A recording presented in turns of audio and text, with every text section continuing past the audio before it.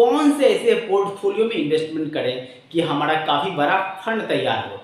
लंबे समय के लिए इन्वेस्टमेंट कर रहे हैं हम, 2000 रुपया रहे या फिर 1000 रुपया रहे, काफ़ी बड़ा फंड तैयार होना ही है हमारा, ठीक है। बट हमारा यहाँ पे पोर्टफोलियो का सिलेक्शन सबसे बड़ा इंपॉर्टेंट है, कौन कौन से फंड हमारा पोर्टफोलियो में होना चाहिए, ठीक है। हम अगर चाहेंगे तो 4 फंड रख सकते हैं, अगर चाहें तो 2 फंड भी रख सकते हैं। स्मॉल कैप में इन्वेस्टमेंट करें, मिड कैप में इन्वेस्टमेंट करें या फिर लार्ज कैप में इन्वेस्टमेंट करें। चौथा हमारे पास में गाइस हमारे एक और फंड है जिसे हम थीमेटिक फंड बोलते हैं, हमें वो भी हमारे पास में है। और हमारे पास में निफ्टी 50 है, 100 है, बहुत सारे ऐसे फंड हैं जिसमें इन्वेस्टमेंट करने का तो मौका मिलता है, हम किसी फंड में इन्वेस्टमेंट कर सकते हैं।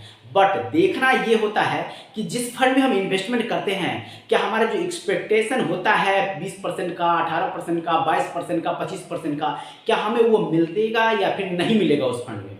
गाइज बहुत सारे ऐसे फंड होते हैं जो हमें 4% का भी ग्रोथ दे रहे हैं, बहुत सारे ऐसे फंड हैं। इक्विटी की मैं बातें कर रहा हूँ, उसमें भी ऐसा 8% 10% का ऐसे रिटर्न देता है फंड।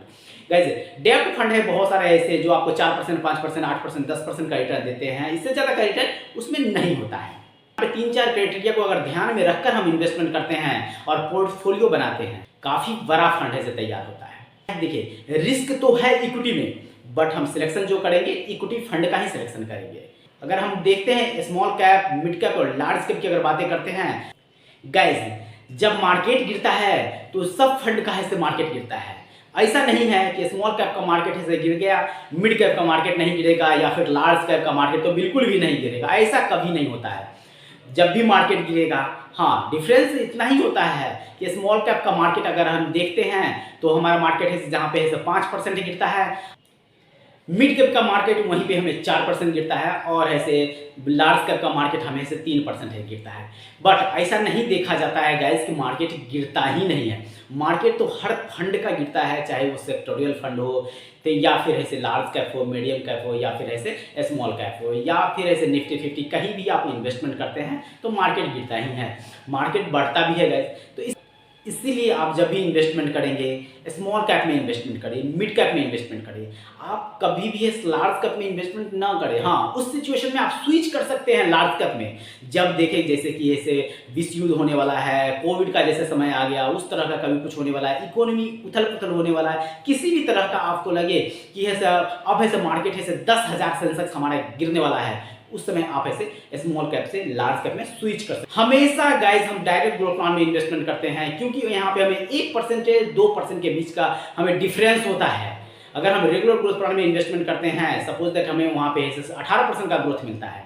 अगर हम डायरेक्ट ग्रोथ प्लान में इन्वेस्टमेंट करते हैं और सपोज तो वहाँ पे हमें गाइस 18.5-19% का ऐसे ग्रोथ रेट मिलता है, ठीक है।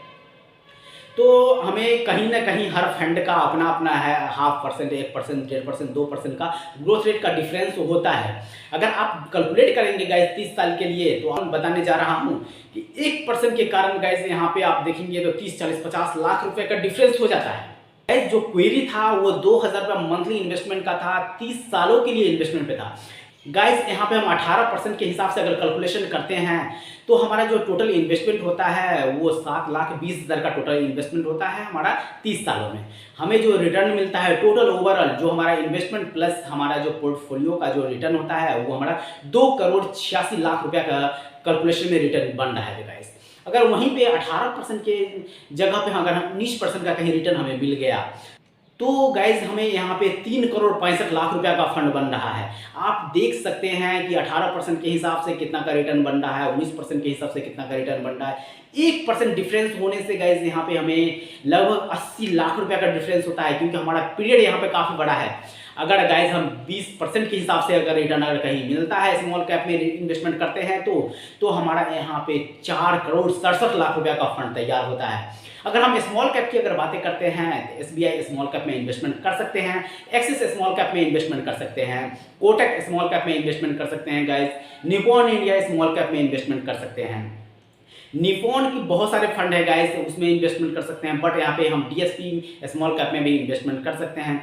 ये सारे गाइस आपका स्मॉल कैप का फंड है जहाँ पे आप इन्वेस्टमेंट करेंगे तो 18% से आपको कहीं ना कहीं ज़्यादा का ही रिटर्न बनेगा।